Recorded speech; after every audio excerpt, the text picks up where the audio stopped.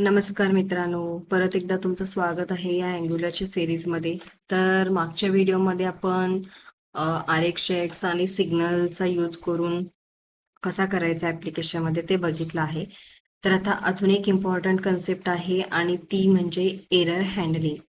तर error handling म्हणजे नेमकं काय, तर नको असलेले API कडून जे एरर मेसेजेस असतात किंवा ॲप्लिकेशन क्रॅश व्हायला नको, ह्याच्यासाठी आपण UI ला काय मेसेज दाखवतो ते हँडल करणं म्हणजे एरर हँडलिंग. म्हणजे सपोज की तुम्ही जो API ला रिक्वेस्ट पाठवता, बरोबर, API ला रिक्वेस्ट केल्यानंतर जर तो फेल झाला तर ॲप्लिकेशन क्रॅश होऊ शकतं, बरोबर.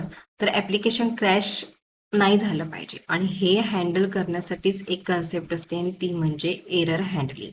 एरर हँडलिंगसाठी आपण ते कशा पद्धतीने करतो, तर UI ला एक proper user friendly error message दाखवतो.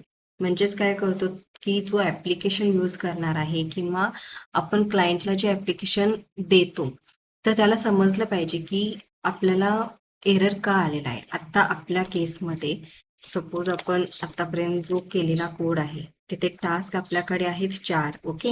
आणि मी टास्क 1 ID पास करते तर मला टास्क 1 चे डिटेल्स दिसतात. आता हे आपलं कन्फ्युजन नको म्हणून मी RxJX आणि सिग्नलचा तोपर्यंत कमेंट करते.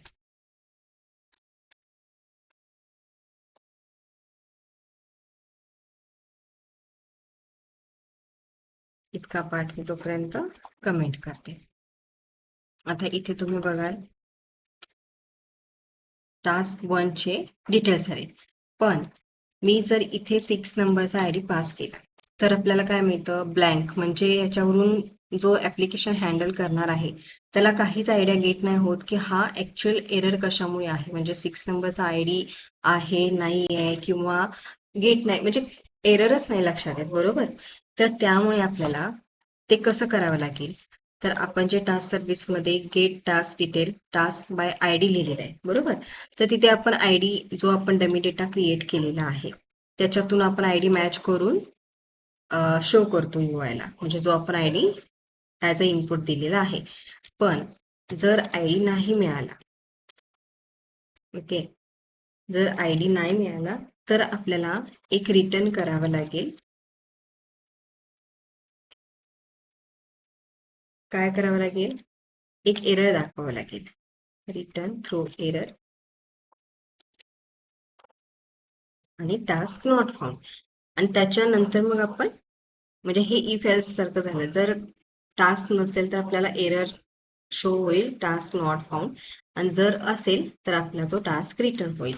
आता त्याच्यासाठी आपल्याला काय करावं लागेल, जे आपण टास्क डिटेलमध्ये प्रिव्हियस व्हिडिओमध्ये तुम्ही सिग्नल व्हेरिएबल असाइन केला होता, आता इथे पण आपण सेम तेच करू की एरर दाखवण्यासाठी एक आपण सिग्नल सेट करू. आणि त्याच्यानंतर जे NG ऑनिट मधून आपण इथे टास्क सर्व्हिस मध्ये जाऊन ID घेऊन आला, बरोबर. त्याच्यानंतर आपल्याला काय करावं लागेल, डॉट पाईप इथे आपण कॅच एरर यूज करू.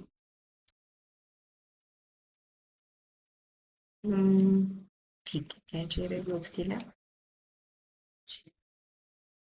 हे पण आपल्याला, आणि कॅच एरर पण RxJS पार्ट आहे त्यामुळे तो इम्पोर्ट केला. आता इथे आपण जो टास्क सर्व्हिस मधून ऑब्झर्वेबल रिटर्न होत होता, बरोबर, इथे आपण आत्ता हा ऍड केलेला नवीन कोड आहे. जी आपण टास्क नसेल तर आपल्याला मेसेज दाखवायचा, आपण ही लाईन लिहिलेली आहे.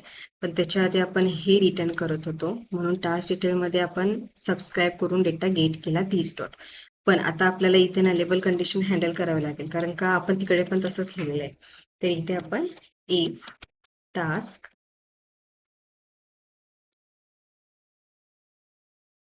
ओके, हे झालं आपला डिटेल्समध्ये आपण जे चेंजेस करणार आहोत ते.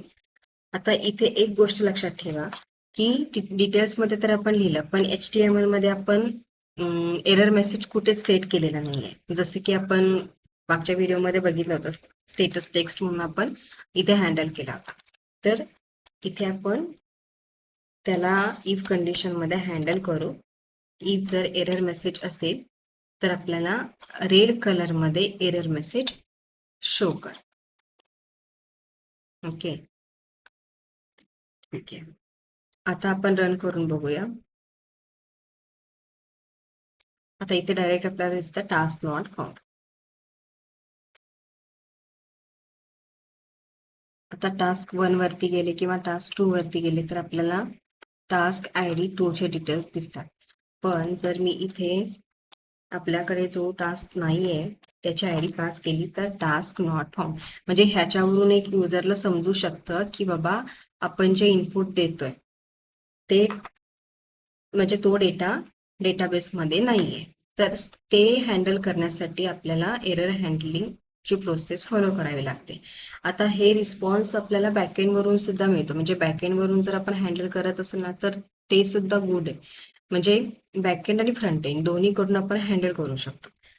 आता इथे तुम्ही एक गोष्ट लक्षात ठेवा की जर आपण हा एरर हँडल केला नसता आणि जर आपण 7 ID दिला असता, ओके, आता इथे चेंज नाही करू शकत, पूर्ण आपल्याला कंट्रोल झेड करावं लागेल. तर आपण तुम्ही प्रॅक्टिस करताना बघा, एरर आपल्याला कन्सोलमध्ये येतो. जे आपण रन करतो ना तेव्हा आपण जर 7 ID दिली ॲज अ इनपुट आणि 7 ID नाहीये तर आपल्याला तो एरर काय दिसतो तर कन्सोलमध्ये दिसतो आणि त्याच्यामुळेच UI ब्रेक होऊ शकतो. त्यामुळे ते अवॉइड करण्यासाठी आपल्याला अशा पद्धतीने एरर हँडल करणं खूप गरजेचं आहे.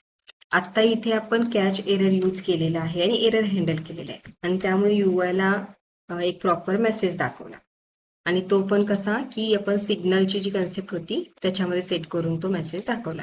तर बॅकएंड वरून सुद्धा आपण एरर हँडल करू शकतो आणि फ्रंट एंड वरून सुद्धा आपण अशा पद्धतीने हँडल करू शकतो.